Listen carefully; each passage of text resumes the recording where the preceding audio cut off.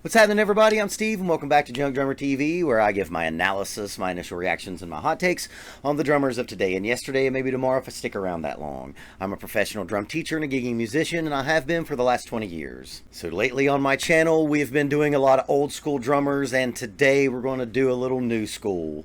But, weirdly enough, this new school drummer sounds very, very old school. We're going to be listening to Danny Wagner of Greta Van Fleet. Now, when you say that word, Greta Van Fleet, there is a huge elephant in the room. And that elephant is in the shape of a Led Zeppelin. I'm going to work my damnedest to make sure that this isn't another 40-plus cynical old musician bitching about Greta Van Fleet sounding exactly like Led Zeppelin. Greta Van Fleet sounds exactly like Led Zeppelin, but later on in the video, stick around. I think I have a unique hot take on this that I haven't heard anywhere else on the internet. With that being said, let's get into it. This is Danny Wagner, Greta Van Fleet, and this is the Safari song, and it seems like there's going to be a drum solo at some point in this thing.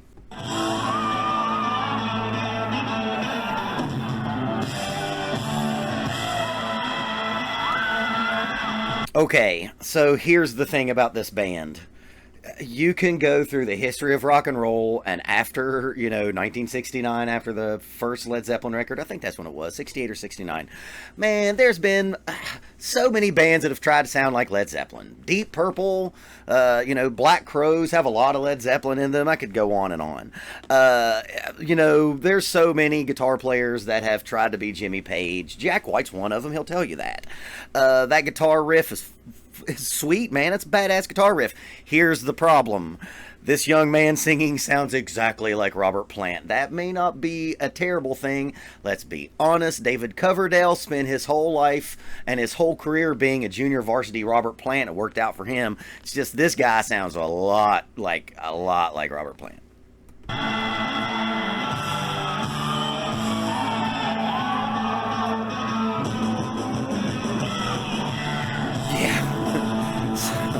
So yeah, I mean, even Danny has the exact John Bonham snare drum sound. And he phrases those 16th notes and he lays way back on them. You've heard me talk about that before, playing on the beat, behind the beat, and in front of the beat. And man, that's a real mature thing to do. You cats out there that can do that, that's hard. And man, Danny Wagner's a young man and he's able to pull that off already.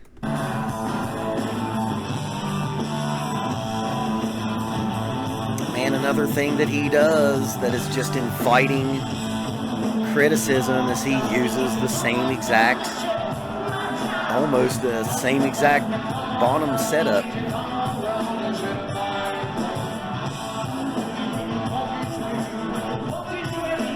One thing that he's doing here that I really like, you're going to hear me talk about maturity at a young age in this video. I think that's going to be the kind of the theme of this. Again, I think that kid's 22, 23. He's in the vicinity of that. And, right here, it's the vocal part. And, playing your hi-hat. It's such a common thing to when the vocals are going on, you go to your hi-hat. And you try to find these little things to make the thing interesting, playing underneath the vocals. And what he's doing here is he's opening the hi-hat on the and of two. The and of one and the and of three. And opening that hi-hat and letting it come into the snare drum. And that's a big John Bonham thing. Right there.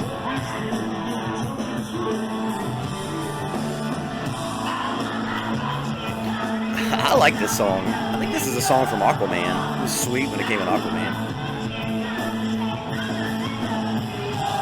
This drummer's got that, slightly swung feel about his playing, which is, very much like Bonham. Drums sound great, man. Those Ludwigs are awesome. I think that's the Mod Orange. I think that's the Mod Orange finish on those.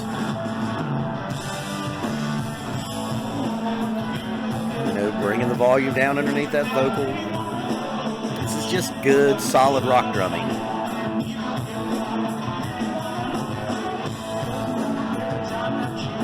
It's good groove, man. It's good. It's a good song. I have a friend, this band for, musicians our age, a lot of us, we've talked about them with our other musician friends. And my best friend has a very pragmatic approach to Greta Van Fleet. He just kind of looks at it like you get new Led Zeppelin songs. It's like, lesser Led Zeppelin that you've never heard before.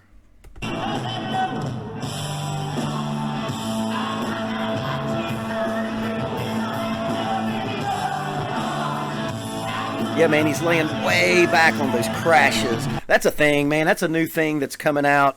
That's very common with people playing really big cymbals. Something that I just got into probably the last 3 or 4 years.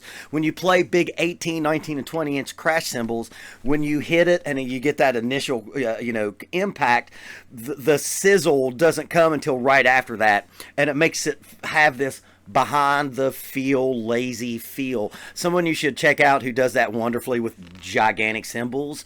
2 people. It's Abe Laboriel Jr., who is the drummer for Paul McCartney right now, and Griffin Goldsmith from Dolls. I love Dolls and I love Griffin. I'll probably do a video of him eventually.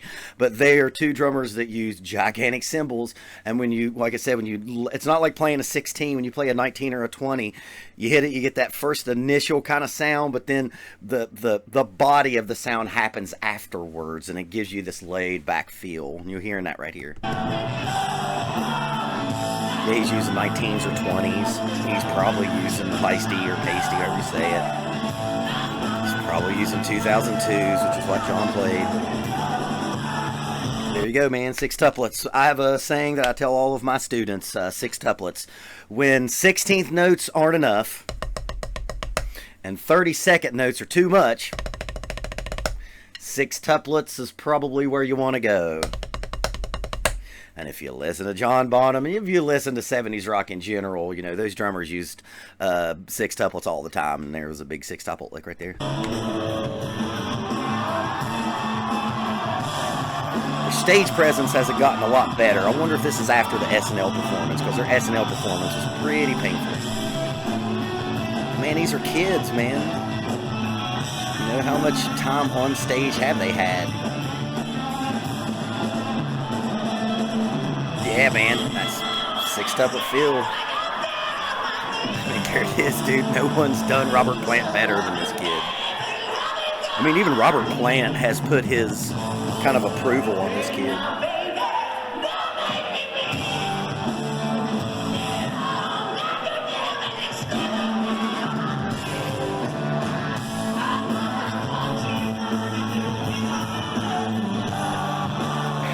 Kind of seems awkward, like those clothes that they put on these kids kind of seems awkward. They're trying to go for the whole look, man. They're trying to do it all, and they're doing it. Okay, just to see how much this crowd is into it, here's that hot take. And man, I've heard everybody, trash Greta Van Fleet, and I understand. But I am a drum teacher. I deal with children all the time, and I have always noticed and I always talk about it, I've been doing it for 20 years. And especially the last 10 or 15 years, man, most of my kids come in with t-shirts of bands that aren't their generation. Most of my kids come in with Nirvana shirts on, and Guns N' Roses shirts on, and Metallica shirts on. Rock bands that aren't their generation. It's their parents' generation. And let's be honest, man, there hasn't been a lot of rock and roll that has mattered. That has been, that rock and roll band that's going to be on the cover of Rolling Stone magazine. There hasn't been a lot of that. I'm a Gen Xer. You've heard me talk about it before. The last golden age of rock and roll, I think, was the grunge era. Then you had, new metal bands and rap metal bands, and that was, it's rock and roll still. Jack White kind of took care of us in the 2000s. He was our rock guy for the 2000s. The Tens was kind of taken care of by the Arctic Monkeys and some of those other kind of Brit bands, in my opinion. It's just my opinion. Of course, the Foo Fighters was there for all of that to kind of make sure the rock and roll was still alive. But those are bands and artists that are, a lot older and are basically my generation's music that we listen to after our music died off. Here's the thing about Greta Van Fleet, and here's my hot take. Yes, they sound a lot like Led Zeppelin. Okay, they sound exactly like Led Zeppelin. They do it really well, but as a teacher, here's why I let them get by with it. Kids are now wearing Greta Van Fleet shirts. They have a rock band of their own generation. Every band that you love has ripped off people before. Led Zeppelin ripped off every blues guy. Nirvana told you that they ripped off the Pixies. Pearl Jam ripped off 70s rock and roll. Hell, that new Arctic Monkeys record, the newest one, which is really, really great, man, it's a David Bowie record. It's a David Bowie record. It's great, but it's a David Bowie record.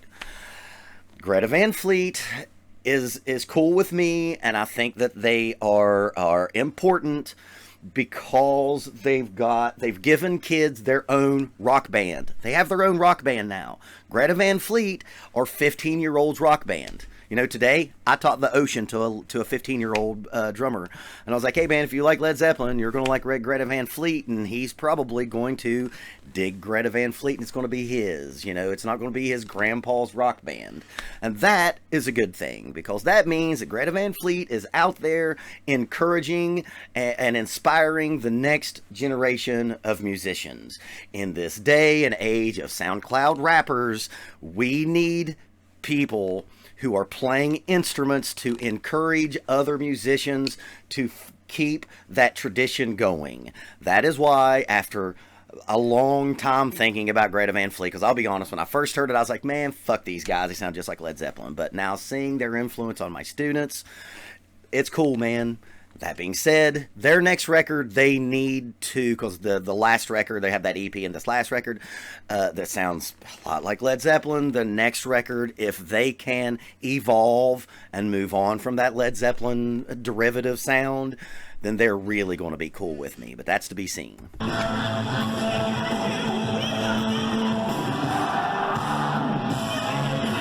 Man, this kid's got great feel, man. You know, feel and style are the things that kind of come after you've learned how to, you know, play the drum set and mastered it in a way, in a certain way. I don't feel like I've really come to my style of playing until about, 10 years ago.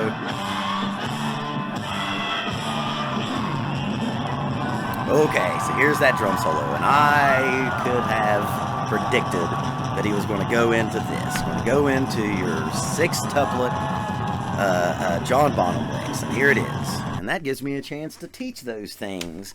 That's one of the most mimicked John Bonham licks, and he's doing it here. And he's not the only one. We all do it. All of us do this lick. Let's break it down. Let's have a little moment of education here. So that triplet feel. He got it from Elvin Jones, if I'm not mistaken. That was in the God of Thunder book. There's a couple different ways. Well, there's 4 main ways to do it, and there's a bunch of other ways to do it after that. But the 4 main ways that I teach is, you're thinking, a bass snare snare or snare snare bass, right? You want to be able to play every variation of that. So you want to first start out going bass snare, bass left right. And that helps you when you go left, right, goes down the toms. Then you also want to go bass, right, left.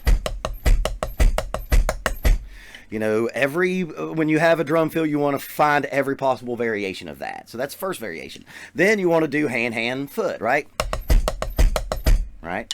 And that right, left, bass, right, left, bass. And then you want to go left, right, bass. So there you go. That is the beginning of this thing I call the theory of everything, and you'll see that come back in other videos, which is the theory of everything is just this thing that I tell my students. That's this concept of, when you find a lick, try to find every possible variation of it. So when you do that lick, you want to be able to do every possible variation of that. And there you go. There it is. Now this solo is very unlike the Neil Peart solo that I just did. The Neil Peart solo is very preconceived and conceptual. This is just one of those things where, like, dude, look at all these kids, man, they're going crazy. There's no time to be artful and abstract in your solo. Give these screaming kids and fans what they want out of a drum solo, which is go nuts, go crazy. Okay, yeah, he's doing a little Still doing that lick. Danny, you're really good, but I want to see your progression, because I think you have it in you. I mean, you got a great start. I mean, that's straight from Moby Dick.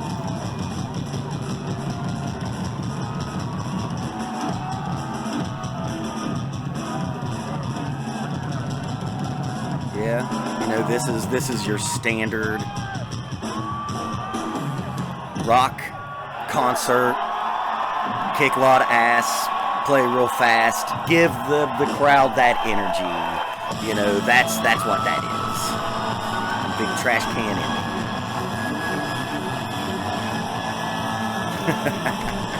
So weird to see that voice come out of that body. It just doesn't match.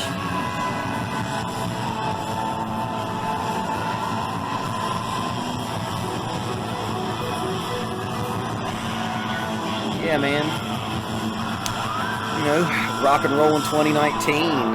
Name me another, rock and roll band. They're out there because it's the internet. There's 1,000 bands out there, but ones that have reached the mainstream, that are relevant, socially relevant. This band's socially relevant. So there you go, Danny Wagner, Greta Van Fleet's Safari song with your standard, kick-ass fast drum solo. Man, all you old cats out there who are spending as much time as possible ripping this band, I understand. But if you are dealing with children on a regular basis and you're empathetic to their cause of rock and roll, it is wonderful that those kids now finally have their own band, and they don't have to keep wearing the t-shirts of their mom and dad's rock band and listening to XM Sirius 70s. So, if you enjoyed all that, please give me a like, comment, and share. Please give me a double tap on the subscription bell and the subscription. And keep practicing until it's easy.